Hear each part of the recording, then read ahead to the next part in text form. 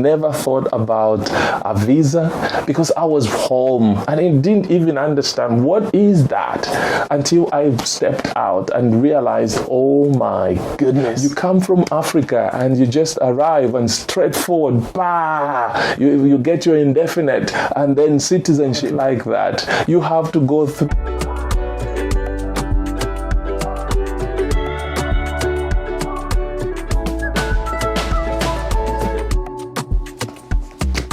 Good morning, good afternoon, good evening, wherever you are watching me from.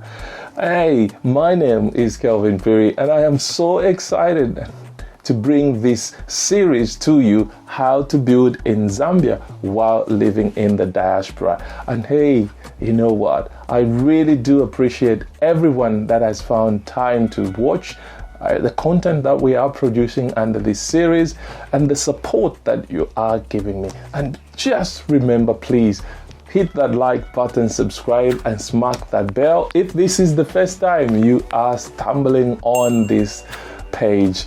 And to all those who have already subscribed, thank you very much, and I do appreciate your support. And please remember, if you need anything that you want me to help you with around this series that we are sharing, get in touch with me. I have said this several times.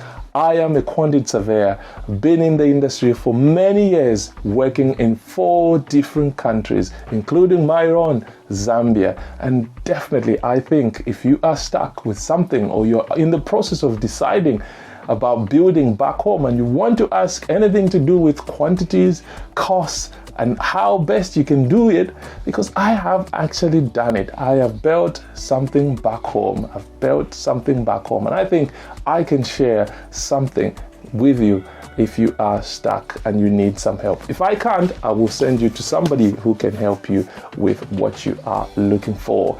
Right, there we are. Now, let's get on with what I want to share with you today.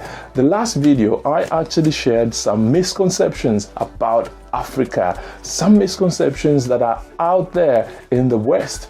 And I think I even said, if we are not careful, for us who are in the diaspora, we might start believing those misconceptions ourselves, even when we've actually lived in Africa. So really, we have to be very careful and not let the negativity that is there pollute our mind or stop us achieving the goals that we have set for ourselves. And that is to build back home while living in the diaspora. Now, this week, I thought to myself, you know what? There are some misconceptions as well from our brothers and sisters back home about the West. And I thought to myself, you know what? I've been in the West for a long time. I thought I can share something about these misconceptions. And these misconceptions, I did have them myself when I was in Zambia. And I will tell you one thing, before I actually go into this, I thought life is easy. And this was based on what I saw on TV. Again, series such as Falcon Crest, Dallas from way back in the 80s, and really just compounded, made me think, you know what, life is better in the West than in Africa. But I was really shocked when I stepped out of my country of Zambia and realized it's not easy to be away from your home. Now, myth number 1 or misconception number 1, financial abundance. I realized the cost of living in the countries where I'm living is far much more than where I am coming from. You know, one of the things that I realized was when I was back home and I was given this offer to come to the UK, I thought to myself, I converted the money. Oh, the pound is stronger than the rand, because I was in South Africa, and I thought, ooh, the pound is stronger than the rand. And I calculated, but little did I know I was calculating on the cost of living in South Africa or in Africa. I didn't, despite the fact that I spoke to a few people about what the cost of living is in the UK, but I just did not understand until I got to the UK and I realized, ooh, this is the money that I thought was enough isn't enough at all. Now, right, let me say this. Not all diasporians are enjoying financial freedom in the West. And that is the reality of things. There are things that you have to really battle against. Things like high tax rates, high cost of living, and some of our brothers and sisters who have tuition fees and other expenses that are associated with living in the West. They say where the grass is green, there is indeed a high cost of maintaining that. And ultimately, you realize, and just as I did, the money that I thought was enough, it wasn't actually enough. And to give you the context of this, it took me 9 years since arriving in the UK to go back home. And recently our children were asking, I said, but why did it take that long for us to go? I said, we did not have enough money for us to take the family of about 5 of us to Africa, because that was really expensive. And that is the truth of the matter. So the cost of living in the West is very high, and it's not everyone who is in that who is wealthy. That is the truth of the matter. Number 2, instant integration. Sometimes you think, when I get to the West, I will have all these friends of mine and it's not that easy because of the differences that already exist, culture, and of course, being who we are as Africans, we are different. And it becomes very difficult, and it takes time for one to integrate into the system. It's not just walk and easily make friends and all that. And right. Number 3, career progressions. Now, you might be coming from Africa and you have a degree and a master's degree. Now, this is what we've been taught. We've been taught as we grow up that you have to go to school, get these degrees, and you will get a better job. It doesn't work like that in some professionals and industries in the UK.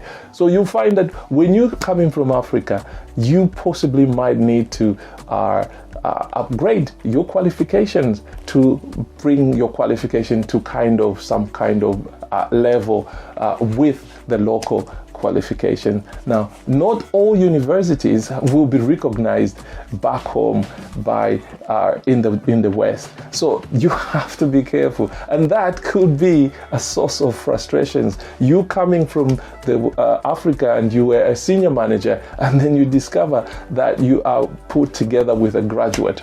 And another thing that really hinders in progression is obviously, we talk about qualifications. We talk about experience.